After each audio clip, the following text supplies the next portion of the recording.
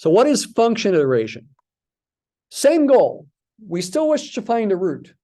We want to find a value of p so that f of p is 0. Step 1 of function iteration method is to find another continuous function g so that g of that root equals that root. In other words, the root p of f is what's called a fixed point of g. Actually, we've already thought about this kind of thing with our first example today, except in reverse. With our first example today, I started it as saying, estimate a root of cosine of x equals x. You could also write that as cosine of p equals p. A fixed point of the cosine function. A value of p such that when it's plugged into the cosine function, you get p back. It's a fixed point. It's not moving when you plug it into the cosine function. But then we went ahead and subtracted x from both sides of the equation, cosine of x equals x, to get the equivalent equation, cosine of x minus x equals 0. And a root of that was the same as a solution to the original equation. This is basically the same idea, except in reverse. We're saying we'd like to solve cosine of x minus x equals 0 for a root. That's the same as a fixed point of the cosine function.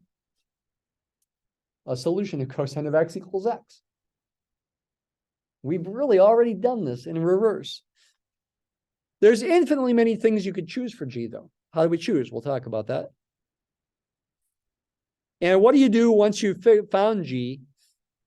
You start with an initial guess that we don't call P1 with this method. Instead, we call it P sub 0. And we generate a sequence, P sub n, defined recursively by that equation, that we hope will converge rapidly to P. Notice again, the subscript, we're starting at 0. It's not that we have to start it at 0. We could start the subscript at n equals 1. But it's traditional when doing this particular subject to start it at n equals 0. So I'm about to do an example. And the example is really this exact same example we did already with the bisection method, but we're thinking about it differently. So let's go back and once again let f of x be the same function as in the bisection example, cosine of x minus x, whose root we already know from the bisection method is about 0.739. We could define the function g of x to just be the cosine function, a fixed point of g, a value of p, making cosine of p equal to p. This is equivalent to g of p equals p, is equivalent to a root of f. This makes f of p equal to 0. Cosine of p minus p equals 0. Do you see how this is the reverse of what we did before? Again, before I started the bisection method problem by saying, look for a solution of this equation, essentially, except I use x's instead of p's. Cosine of x equals x. And the way we did that, as we saw last week, is we rewrote it as cosine of x minus x equals 0. We went from essentially the g to the f, and then we applied the bisection method. Now we're doing the reverse. We're starting with the f, cosine of x minus x. We're looking for a root, and we're saying that's equivalent to g of p equals p. We're looking for a fixed point of g. So now the question is, how do you find that fixed point? And what fixed point iteration does is says, give me an initial guess, a p sub 0. Oh, let's pick it to be 0. How about? Of course, we know the answer is closer to 0.739, but just pick something. P1 is going to be g of p0. G of 0, cosine of 0, and that's it. You don't subtract 0. I mean, of course, if you subtract 0, you get the same thing. But for the next value of p, we do just plug it into the cosine function. We compute cosine of 1.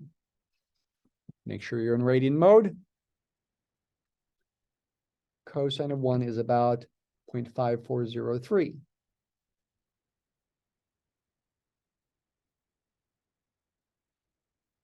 For the next value of P, we again plug into G. In other words, we plug into the cosine function. Cosine of 0.5403.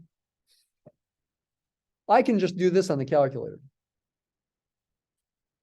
Cosine of, use my second function button. Previous answer is above the minus sign down here. Right there. ANS.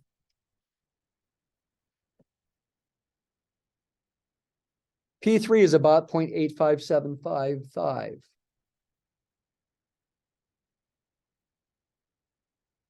And then I can just keep hitting enter on my calculator. P4 is about 0.6543. P5 is about 0.7935. P6 is about 0.7014. Just keep hitting enter. P7 is about 0.76396. Etc. Keep hitting enter.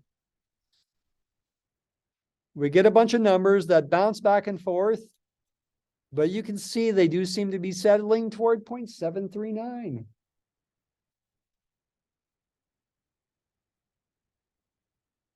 Not super rapidly. We'd have to keep hitting enter until the numbers don't change to know we've reached the fixed point to that many decimal places that display in the calculator. How long would I have to do that? A while.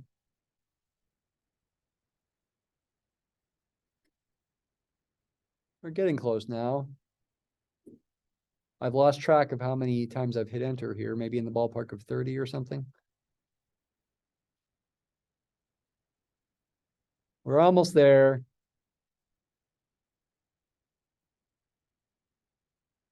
Now it's not changing anymore. After around 40 iterations or something. It's converging to a fixed point of the cosine function, which is the same as a root of this function. So that one works. Not super rapidly.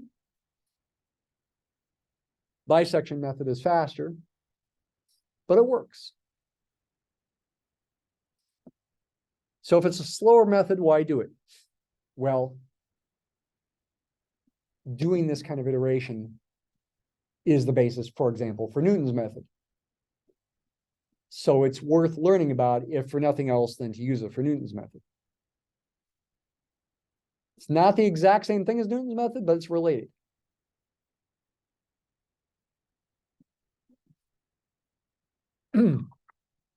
So that function works for G, but I'd mentioned, how do you choose in general? There are, in general, infinitely many choices for G. How do you choose? At the moment, we just do some experimentation. Let's do another example. Let's actually take the example from the previous slide. Let's try to find a root of this function, x cubed plus x squared minus 15, on the interval from 2 to 3. On that slide, even though I didn't do it, I meant to use it for the bisection method, but I ended up doing the cosine example instead. Let's go ahead and write that function down. F of x equals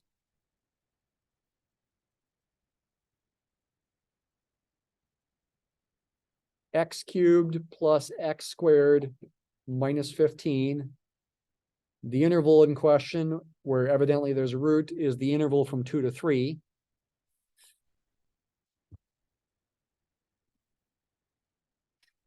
Let's just go ahead and see what the calculator produces for the best approximation here by graphing it. X cubed plus,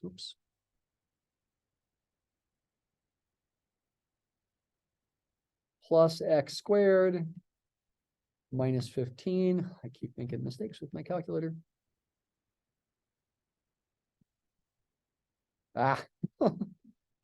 Okay, let's start over. X cubed plus x squared minus 15.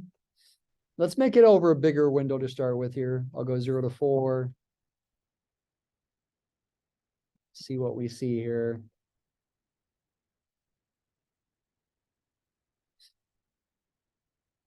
Yep, looks like there's a root between 2 and 3. If I had to guess, I'd say maybe 2.15 or something like that. Looks like your root. So again, I could use the bisection method, but I could also use this fixed point method. I'm looking for a root of this.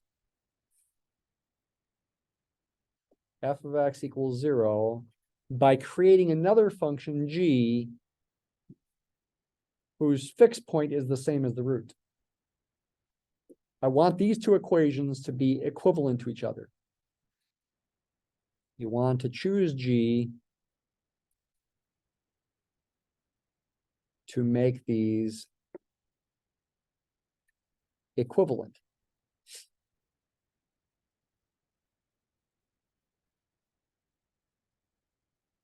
How do you do that? Well, you could write down the equation f of x equals 0 and see if you can rewrite it in this form. X cubed plus x squared minus 15 equals 0. Is there a way to rearrange this equation so that it looks like that? Yeah, but it's a little tricky here. If there were just an x term in this function, if there were an x term somewhere, I could solve that equation for x in terms of x cubed and x squared. But I don't have an x term. So what do? Well, I could do this. And then I could take a square root. Should I use that as my g of x? Let's give it a try and see if it works. So let's let g of x be the square root of 15 minus x cubed. In other words, 15 minus x cubed to the 1/2 power. Again, the interval is from 2 to 3. Let's just let p0 equal 2, and let's just see what happens. Pn is going to be g of Pn minus 1. On a calculator, first enter 2. Then do the square root of 15 minus the previous answer cubed.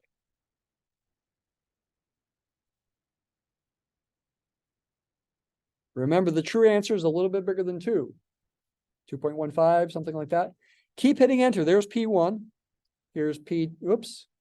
We ran into a problem. Not a real answer. I was a little worried about that. With square roots, you got to worry about that kind of thing. Was that guaranteed to happen? It's not guaranteed that that was going to happen, but it did. Is there a way to avoid this? We might wonder what the domain of this is where the answer is real. I could think about where is 15 minus x cubed greater than or equal to 0. It's greater than or equal to 0 exactly when x cubed is less than or equal to 15, so that x is less than or equal to the cube root of 15. And the cube root of 15 is about 2.466. So maybe if our P0 is just less than that number, maybe that'll be good enough. It's hard to know. Let's try letting P0 be 2.46. I mean, we did start off with a P that was already less than that, but then the next P, the P1, was bigger than that. 2.64575. That's why we ran into trouble. Let's try 2.46. Take the square root of 15 minus that previous answer cubed. Get a small number. Do it again. It's bigger, but now it's too big. Error. Is this method very good? It doesn't seem to be good with this particular G. This is illustrating that problems can arise. This is one type of problem. Could I do something else? Could I pick a different G? I could solve this equation for x cubed in terms of everything else and take the cube root of both sides instead of the square root.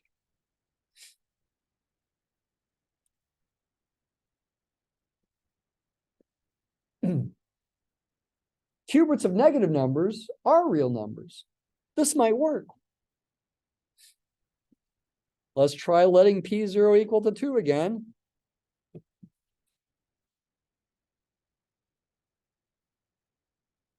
Enter a 2. Now use this function. 15 minus the previous answer now squared. Whoops. Do it again. 15 minus the previous answer squared, all to the 1/3 power. And we better put it in there as a fraction instead of a 0.33333 to play it safe, since that's just an approximation of 1/3. Keep hitting enter. There's P1, there's P2. This is looking good, isn't it?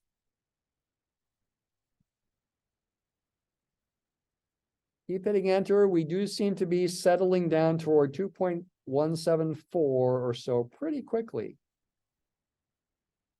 You don't have to write these numbers down, obviously.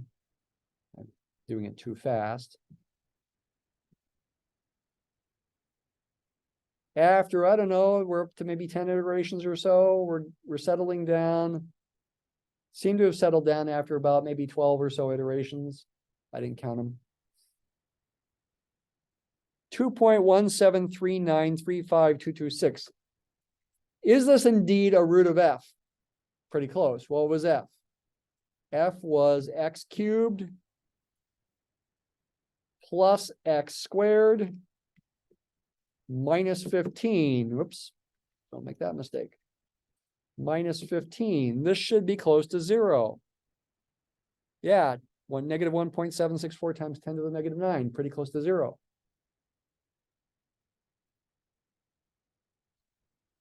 It seems like this G works pretty well. You get the method here? We're after a root, a 0 of this equation. Where does it equal 0 in this interval? We could use the bisection method, but we're using a different method now. We tried a couple different G's whose fixed points should be roots of f. By trying to take this equation and rewrite it in the form of x equals something, because we were motivated by wanting these equations to be equivalent to each other. With this, I tried it with a square root, but we ran into domain trouble. With this method, I tried it with a cube root, and we did not run into domain trouble. So this G worked, this G of x worked better than the other G of x. What if we were trying this on Mathematica? We need to do anything differently. Well, you could do it the same way as the calculator did.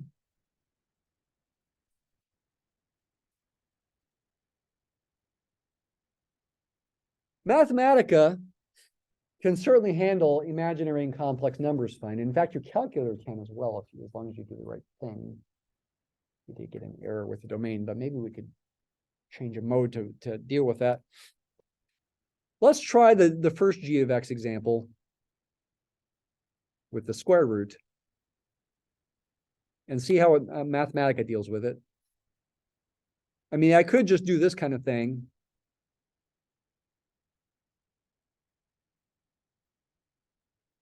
And Mathematica at that step does produce an imaginary number. There, I is the imaginary unit. See that? Is that big enough?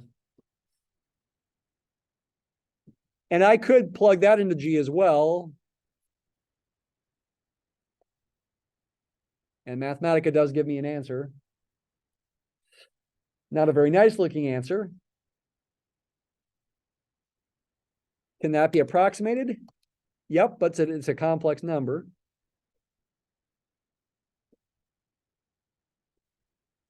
Do I have to keep plugging these things into G? Do I have to keep doing this kind of thing? The answer is no. There's a quicker way to do it. It's to use a built-in function called nest list. The first input of a nest list is the function that you're iterating. The second input is your initial condition, 2. And the third input is the number of iterates. Let's say we go 5 iterates. We're going to get a bunch of symbols there. If I do 2 period, that'll do numerical approximations. The periods represents a decimal. If instead of 5 iterations, I want to do, say, 50, I do get answers. Though notice there's still a problem. They're not converging. Look at those powers. They're becoming very high powers. We're going off to infinity here. So even though there's not a problem with the domain, in the complex number case with the g of x that involved the square root, it's still not converging to the answer. Not converging to anything. It's going off to infinity.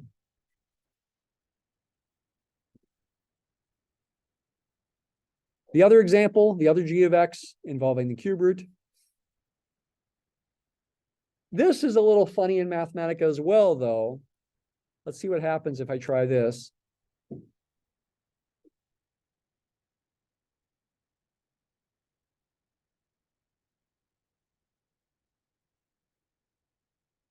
Okay, that's okay. That's doing okay. It is a little funny in Mathematica. Sometimes when you use the 1/3 power as a cube root, Mathematica in general doesn't necessarily do what you want. Like if I ask Mathematica, what is -2 to the 1/3 power? Parentheses. It didn't really do anything. And in fact, it thinks of it, I believe, as a complex number. What? That's not right, is it? Shouldn't -2 to the 1/3 power be a real number? Cube root of -2? Shouldn't that be a real number? -2 to the 1/3 power? A negative real number, but it should be a real number, isn't it? That's what the calculator says. Cube that number, you do get -2. What's Mathematica doing?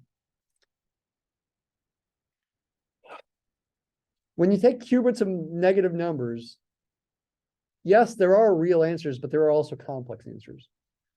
Mathematica picks the complex. Why would it do that? There is actually a good reason for that. But I don't think we have the bandwidth to explain that today. Okay, without going into a bunch of stuff about complex numbers. There is a good reason to, as a default, when you take a cube root of a negative number, to actually, as a default, give a complex answer. Even -8 to the 1/3, which you would say, shouldn't that be exactly -2?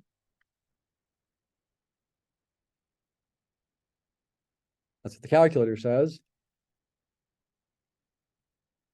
Mathematica still gives a complex answer to that. Is there a way to force Mathematica to give a real answer? Yeah, but instead of doing a 1/3 power, you use a built-in function called cube root, which by default gives you a real answer in the negative case. Let's see what happens when I do this. Oops. Yeah, that's giving me the real cube root of -8, which is -2. Information that you need to know in case you encounter this. Now, there are a bunch of theorems in section 2.2. Let's go ahead and take the time to look at the first one together. So the main theme here is different G's could be different possible things to use. trying to estimate roots of f with fixed points of g. Some g's don't work. Some g's do work. Sometimes the g's might not work because you end up getting square root of a negative number or something, and it's complex and you don't want to deal with complex numbers. Or maybe they go off to infinity. Other g's might work better. Are there conditions on the g that guarantee that it'll work pretty well? Yeah, though they are somewhat restrictive conditions. Let's look at the very first theorem in section 2.2. It's theorem 2.3 right here. Let's talk about what this means here. So part one says if G is continuous on the domain from A to B, that's what that notation means. And G of X, the output of G, is always in the same interval as the domain for all X in the domain. Then G has at least one fixed point in the interval. That's the first thing it says. That's like this picture here. So your domain is the interval from A to B. You're saying the outputs of G, look at the second coordinates of the points on this graph. They are also between A and B. The line y equals x will go between, from this diagonal to that, from this corner to that corner of the square. And the outputs of G are always in this box when the inputs are between A and B. That's an important condition. I could also write that notationally like this. Using this kind of notation, I could say the codomain is not necessarily just the real numbers. I mean, the outputs are going to be real numbers, but I could also specify the codomain to be the same interval. Would be another notational way of saying this means G of X is in the same interval as the domain for all X in the domain. Many of you have seen the upside down A notation before. If you haven't, it means for all. This notation means the outputs of G are in the same interval as the domain for all X in the domain. In other words, G maps this interval into itself. It's not necessarily an onto function. In this picture, it's not onto. But you can see it's got to cross the line y equals x. It's got to have at least one fixed point. If in addition, the derivative of G always exists in this open interval, G is differentiable in the open interval, and if there's a positive constant K less than 1, where the absolute value of the derivative is always less than or equal to that constant, then in fact you can say there's exactly one fixed point. This picture does satisfy that. The derivative here is negative and is never too big an absolute value. The biggest the slope of this is in absolute value, looks like it's occurring near P, where the graph is steepest. But it still does look like it's probably less than 1 in absolute value. Then you can say not only is there at least one fixed point, there's in fact exactly one fixed point. A situation where that would not happen is if your graph, for example, oscillated a lot on the interval, but then if it oscillated a lot so that it crossed y equals x more than once, there would be spots where the derivative would be fairly large in absolute value. And this condition would not hold. Without showing you another theorem in the section, I will also say that when this condition holds, fixed point iterations will converge. In fact, it'll converge pretty rapidly in general to the unique fixed point in the interval. And as you read further in section 2.2, you'll see that. Okay. It's not an easy section to read, but is perhaps one of our more important sections to read. There are proofs in this based on the mean value theorem. Before Thursday, I will want you to go back to section 1.1 and study again the mean value theorem. Maybe you skipped it before. Study it now. Then come back and study these proofs. They do involve the mean value theorem, like you see right there. We will talk about these proofs to some degree in class on Thursday, as well as do some other things related to this. That'll be kind of fun and will be related to that Calc 1 project. Okay, but it's going to be a project for this class. All right, have a good day.